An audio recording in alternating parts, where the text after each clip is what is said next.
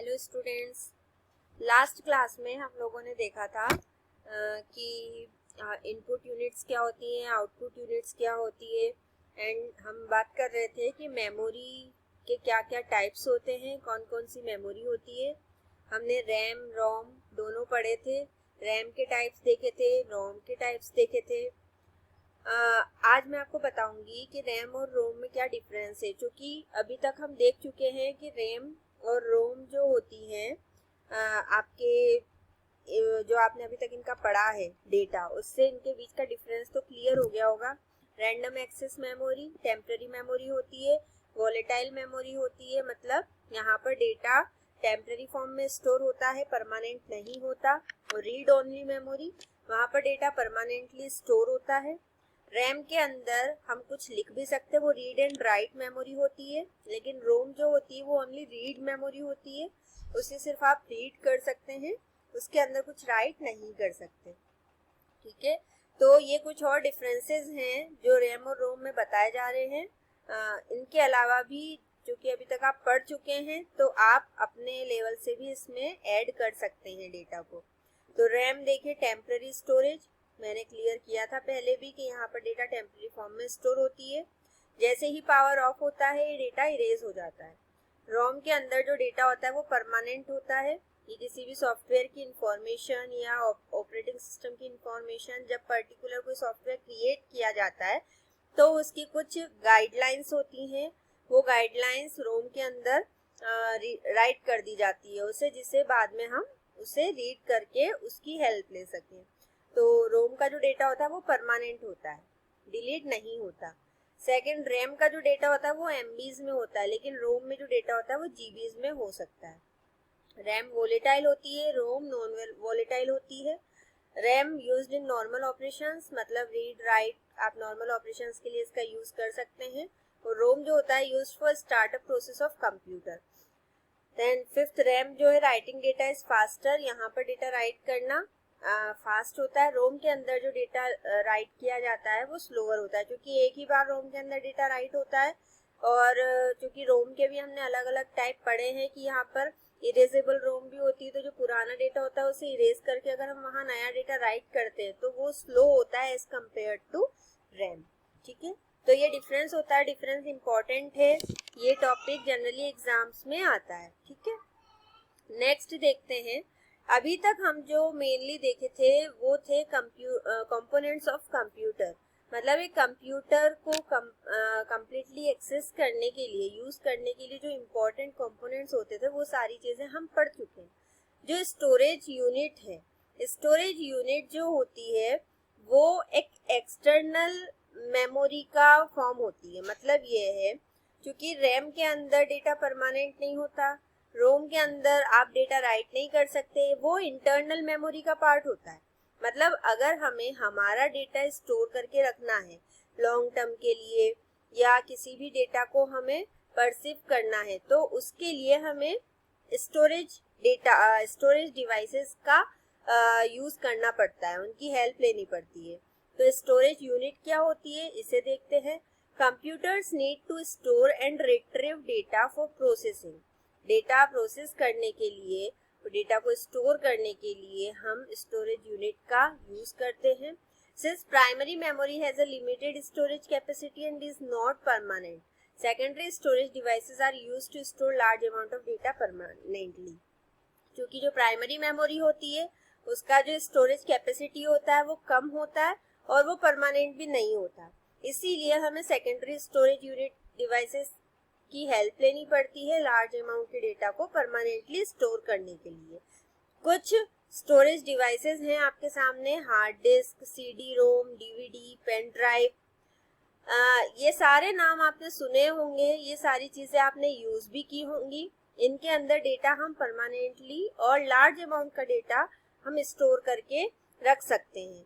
ठीक है, ये सारी चीजें आपने अभी तक 10th तक पढ़ी होंगी। हार्ड डिस्क कैसी होती है, क्या होता है, उसका पूरा स्ट्रक्चर आपने पढ़ा होगा। सीडी रोम, सीडीज देखी होंगी, डीवीडीज देखी होंगी, पेन ड्राइव जनरली सबके पास होगी, सबने यूज की होगी। तो लार्ज अमाउंट का डेटा अगर हमें स्टोर करना है तो हमें फिर ये कुछ स्टोरेज डिवाइसेस का यूज करना पड़ता है। हार्ड डिस्क जो होता है वो तो हर सिस्टम के अंदर कंपल्सरीली लगी हुई आती है, जो कि सेकेंडरी स्टोरेज डिवाइस का पार्ट है। बट सीडी, डीवीडी और पेन ड्राइव ये ऑप्शनल होती है। ये जब यूजर को जरूरत होती है वो अपनी जरूरत के अकॉर्डिंग इन चीजों को वहां पर लगाता है। ठीक है, नेक्स्ट देखते हैं मोबाइल सिस्टम। ये हुआ कंप्यूटर सिस्टम के बारे में। मैंने आपको सारी इंफॉर्मेशन दी कि कंप्यूटर सिस्टम क्या होता है, कौन कौन से कंपोनेंट्स होते हैं, वो सारी चीजें मैं बार बार रिपीट करती आई हूँ कि ये सब रिपीट हुआ है आप लोगों के लिए। ये सारी चीजें आपको पता थी, सिर्फ एक छोटा सा रिव्यू दिया गया कंप्यूटर सिस्टम का, जिससे कि वो रिकैप हो जाए आप लोगों के लिए। ठीक है, अब एक नया टॉपिक आप पढ़ रहे हैं, वो है मोबाइल सिस्टम। क्योंकि मोबाइल को भी एक मिनी कंप्यूटर कहा जाता है। एक छोटा कंप्यूटर होता है जिसे कि हम हमारे हाथ में लेकर कहीं पर भी ट्रेवल कर सकते हैं, कहीं पर भी एक्सेस कर सकते हैं। पहले ये होता था कि अगर हमें एक फाइल भी अगर क्रिएट करनी है तो उस फाइल को क्रिएट करने के लिए भी अपना कंप्यूटर ऑन करो, MS ऑफिस ऑन करो, माइक्रोसॉफ्ट वर्ड ऑन करो, उसमें टाइपिंग करो, देन उसके ऊपर काम होता था। और उसकी लिमिटेशन ये हो जाती थी कि अगर आपके पास डेस्कटॉप कंप्यूटर है तो वो घर पर ही होगा। मान के चलिए आप घर पर नहीं हैं, कहीं और हैं, देन आप कैसे उस फाइल को एक्सेस करेंगे? घर आएंगे, देन फाइल क्रिएट करेंगे। तो प्रॉब्लम को सॉर्ट आउट किया गया, उस चीज को छोटा किया गया और मोबाइल के फॉर्म में एक छोटा कंप्यूटर बनाया। अब आप देखिए मोबाइल में वो सारे सॉफ्टवेयर्स होते हैं जिनसे हम अपना सारा मैं सारा नहीं कहूँगी, लेकिन जनरली जो इम्पोर्टेंट काम होते हैं वो, जैसे फाइल क्रिएट करना, आप PPT बना सकते हैं, आप एक्सेल शीट बना सकते हैं, आप PDF बना सकते हैं। तो अगर ऐसी छोटे मोटे आपको काम करने हैं तो वो हम एक मोबाइल से भी कर सकते हैं। और आज की तारीख में तो हम सारे काम मोबाइल से कर सकते हैं। इतनी एप्स बना दी गई हैं जिससे कि हमें कंप्यूटर का जनरली इतना यूज करने की जरूरत नहीं होती। तो मोबाइल सिस्टम के बारे में हम देखते हैं कि मोबाइल जो क्रिएट हुआ उसके भी कुछ कंपोनेंट्स होंगे। वो कंपोनेंट्स कैसे कनेक्टेड होते हैं, किस कंपोनेंट का क्या काम होता है, अब हम वो चीज देखते हैं। क्योंकि कंप्यूटर के बारे में तो हम बचपन से पढ़ते आए हैं कि उसके कौन कौन से कंपोनेंट होते हैं। इनपुट यूनिट होता है, आउटपुट यूनिट होता है, प्रोसेसिंग यूनिट होता है, प्रोसेसर कौन सा होता है, इनपुट डिवाइसेस कौन कौन सी होती है, आउटपुट डिवाइसेस कौन कौन सी होती है। ये सारी चीजें अभी तक हम देखते आए हैं। अब हम देखते हैं कि एक मोबाइल सिस्टम कैसे बनता है, मोबाइल कैसे क्रिएट होता है, मोबाइल कैसे बनाया गया, किन किन कंपोनेंट्स को कंबाइन करके एक मोबाइल क्रिएट किया गया। तो modern mobile system are tiny computers in our hand, मतलब हमारे हाथ में एक छोटा कंप्यूटर है मोबाइल के फॉर्म में। Although they have less computing power compared to their bigger versions, they handle diverse type of applications such as making calls to radio signals, offering camera utilities, handling touch sensitive screen display, audio video graphical content, but having little battery based power etc. क्योंकि जो computing power होती है वो हमें mobile के अंदर ज्यादा मिल गई। क्यों? क्योंकि इसमें कुछ एक्स्ट्रा काम है जो कि कंप्यूटर से जनरली हमने नहीं किए होते, वो काम भी कर सकते हैं। लेकिन मोबाइल की सबसे बड़ी एक लिमिटेशन होती है कि ये पूरी तरह से डिपेंडेंट होता है बैटरी के ऊपर, और इसकी जो बैटरी पावर होती है वो भी काफी कम होती है। कंप्यूटर में तो हम चार्जर होता है, चार्जर लगाकर काम करते हैं, और उसका चार्जर नहीं भी लगाते हो आप, जो बैटरी बैकअप होता है वो काफी लंबा होता है। बट मोबाइल का जो बैटरी बैकअप होता है वो इतना नहीं होता।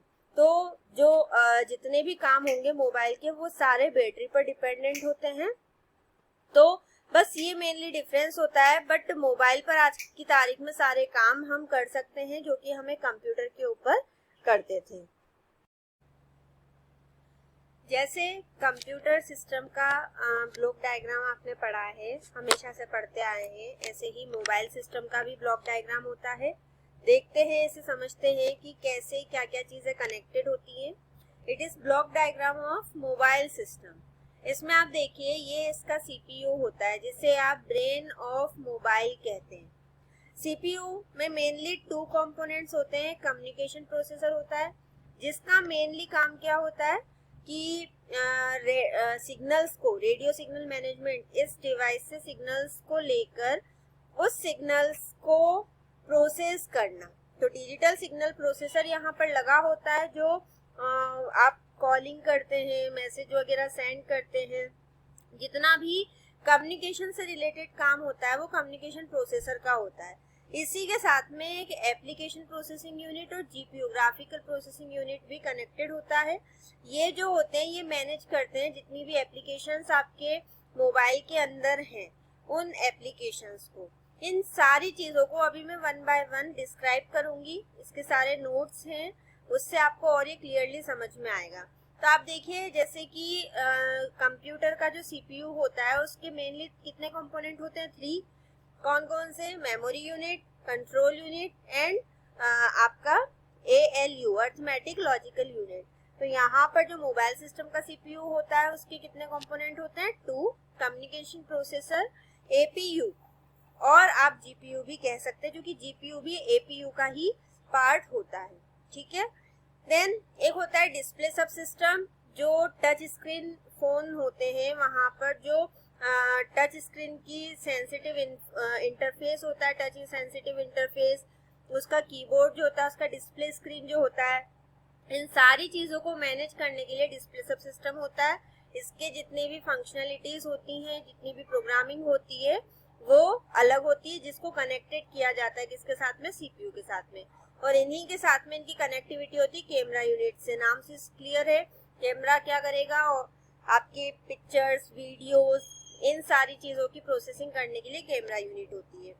जैसे कंप्यूटर सिस्टम के साथ में एक स्टोरेज डिवाइस कनेक्टेड होता है, ऐसे एक एक्सटर्नल स्टोरेज यहाँ पर भी होता है जिसे आप SD कार्ड कहते हो। अलग से जो आप मेमोरी कार्ड लगाते हो वो ऑप्शनल होता है। आप उससे अगर आप लार्ज अमाउंट का डेटा स्टोर करना चाहते हैं तो देन आप एक्सटर्नल स्टोरेज यूनिट को वहाँ पर कनेक्ट कर सकते हैं। इसी के साथ में जैसे कंप्यूटर में मेमोरी होती है, जैसे फ़ोन में भी मेमोरी होती है। आप फ़ोन जब परचेज करते हो तो आप भी पूछते हैं कि इसकी इंटरनल मेमोरी कितनी है, इसकी एक्सटर्नल मेमोरी कितनी है।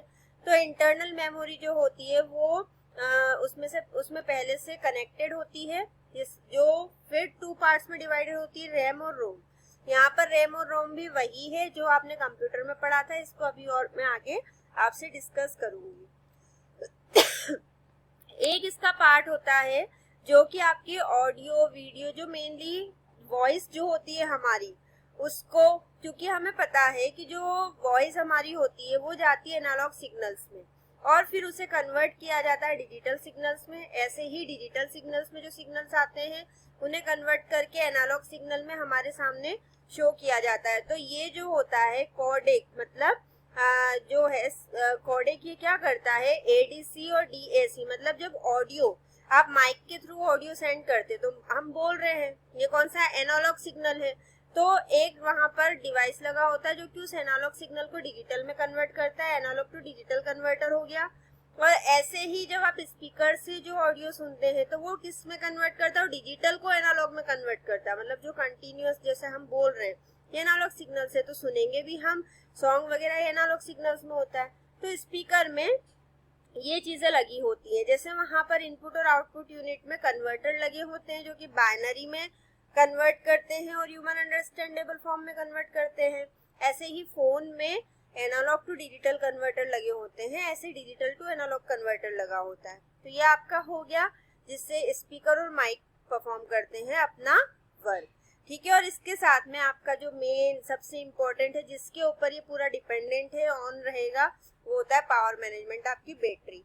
तो बैटरी के भी फिर 3-4 पार्ट्स होते हैं। बैटरी पैक होता है, बैटरी मैनेजमेंट, उसे मैनेज करने के लिए, और चार्जर होता है। तो ये पूरा हो गया मोबाइल सिस्टम ऑर्गेनाइजेशन, मतलब ये ब्लॉक डायग्राम ऑफ आपका मोबाइल हो गया। ये भी मोस्ट इम्पॉर्टेंट है। इस पूरे ब्लॉक डायग्राम को आपको बहुत अच्छे से समझना है। इसमें वैसे वन बाय वन सारी चीज़ों को एक्सप्लेन किया गया है, आगे उनको देखते हैं वन बाय वन हम।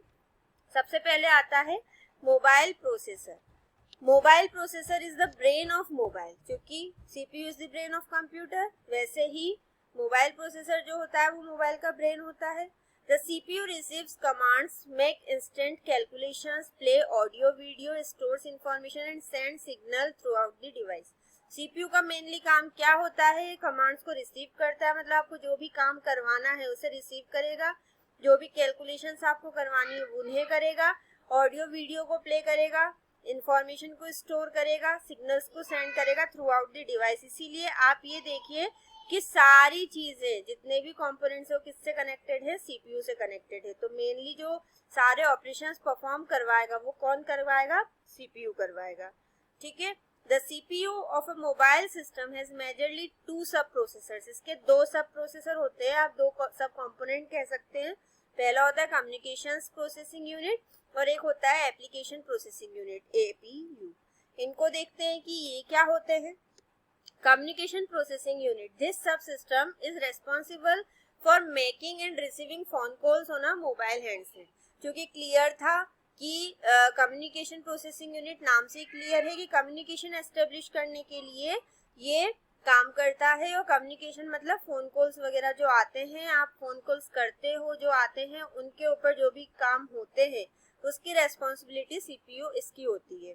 It has a digital signal processor that helps it work with RF transceiver and the audio subsystem। इसके पास में एक डिजिटल सिग्नल प्रोसेसर होता है जो कि हेल्प करता है आरएफ ट्रांसीवर से और ऑडियो सबसिस्टम से कनेक्टिविटी के लिए। क्योंकि आरएफ ट्रांसीवर से सिग्नल्स को लेगा, उन सिग्नल्स का वो डिजिटल सिग्नल्स में होंगे, उन्हें कन्वर्ट करेगा एनालॉग सिग्नल्स में, फिर ऑडियो सिस्टम के थ्रू वो आप तक पहुंचाएगा। हम बात करेंगे तो वो आपके पास में स्पीकर से आएगा। ऐसे ही आप जो बोलोगे माइक से एनालॉग सिग्नल्स जाएंगे, देन उसे डिजिटल में कन्वर्ट करके फिर आरएफ ट्रांसीवर तक पहुंचाएगा, जिससे कि वो जो सेकंड एंड पर ह्यूमन है वहां तक आपकी बातों को पहुंचा सके।